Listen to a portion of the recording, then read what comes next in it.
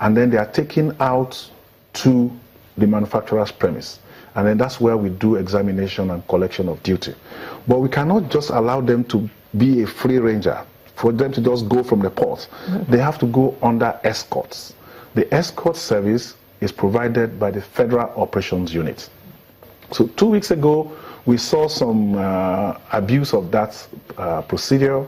A manufacturer who enjoys that benefit brought in 30 containers of tires. We assumed that this would be raw materials and things like that, And then he was arrested, and we discovered that they were just tires. 10 of them had already left. So God knows what would have happened if those 10 were arms and ammunition or some other dangerous. So the CG now insisted that anyone going out under fast track must compulsorily be escorted.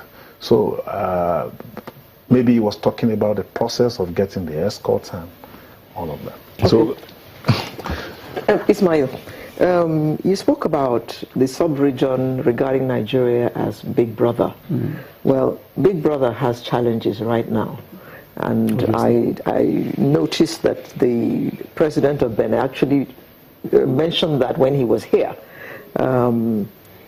How is this affecting trade and trade relations in the sub-region? I mean, our present state of affairs. Yeah, you see, if you look at Cameroon and Chad, from the Central African side, they share border with us, and our insurgency challenges had reduced trade in that side.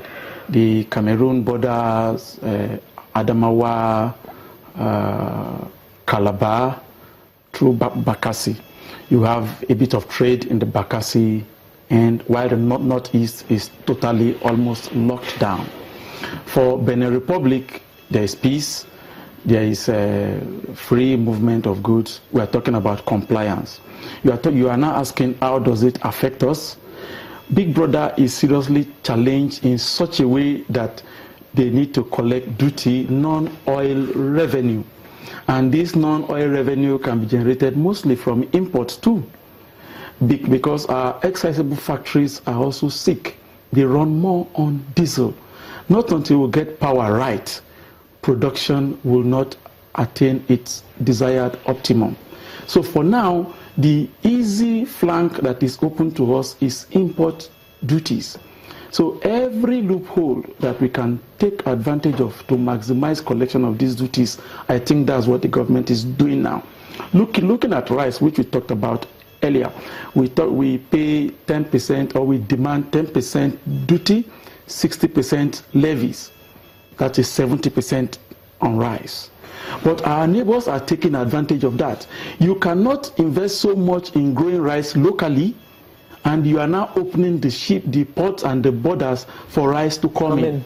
I think Nigerians must have to be patient a bit with government, so that the rice that Lagos has invested in Kebbi, the ones that are to be invested in Anambra, other parts of the country, will start hitting the market in such a way that it will meet our local demands. Then we may not need to wait for rice to come in from any part of the world again.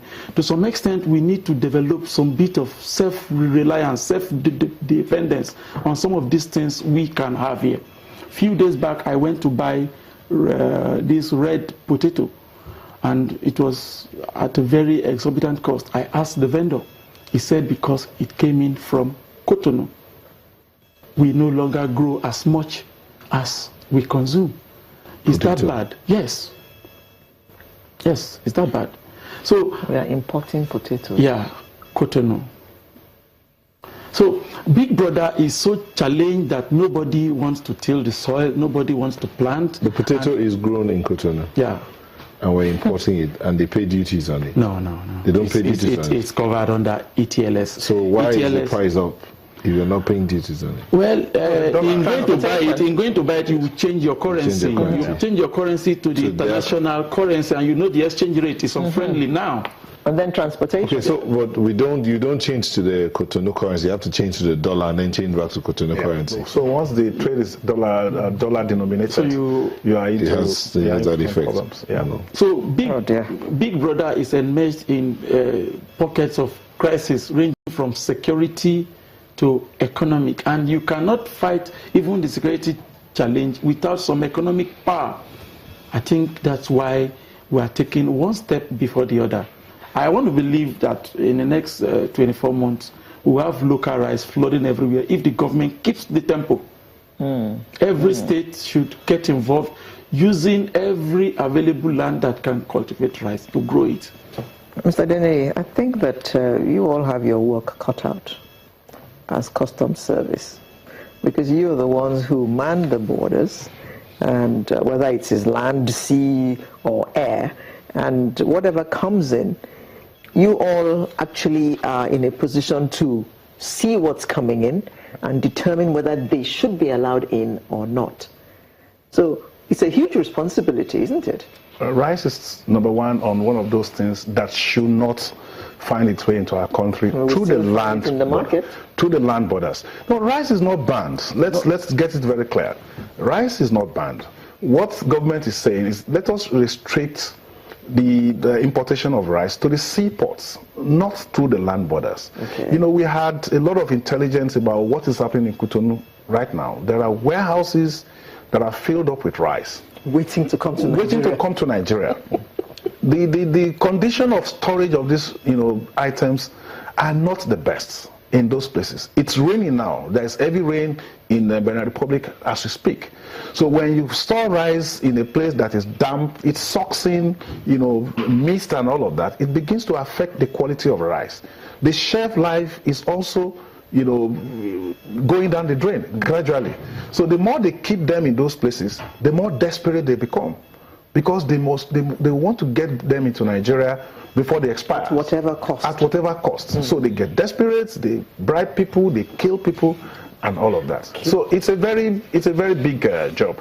We had one seizure 2 weeks last week along just before Ota. People, they put rice in the bumpers of the cars. They put them in the used tires. They put them in the bonnets, in the boots, in the door. They line up the doors and then they stock rice into all those places. Not in bags. They now go to grains. the markets and then consolidate all of them and still sell it to Nigerians. So Nigerians should begin to reject those kind of rice and favor what we produce in Nigeria. Okay. The questions I want to ask, to the double-barrel question, because we don't have time. In closing, what are the tariffs you charge on used cars that are coming through Cotonou? What are the tariffs? And then, what is the Customs Service doing to those corrupt customs officials that are compromising and ruining the image of the customs? Because they are everywhere, from sea to air, even along the roads. Okay, let me start from the second questions.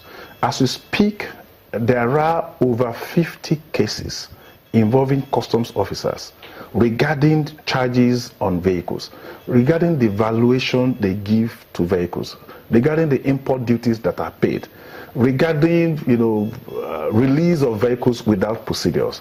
And we are addressing it. It might take some time, but we are addressing it. The second issue about the tariff, irrespective of where the vehicles come from, the tariff do not change. It's 35% on old vehicles, and there's an additional levy of 35% when they are new vehicles. So the tariff is the same whether they come from outside of the country. 35% of the cost? Yes, 35% of the cost. On new cars, 70%? It's 70% technically on new cars.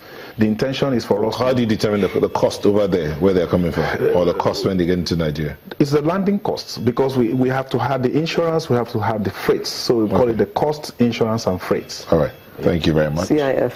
The CIF. Okay, thank you very much, gentlemen.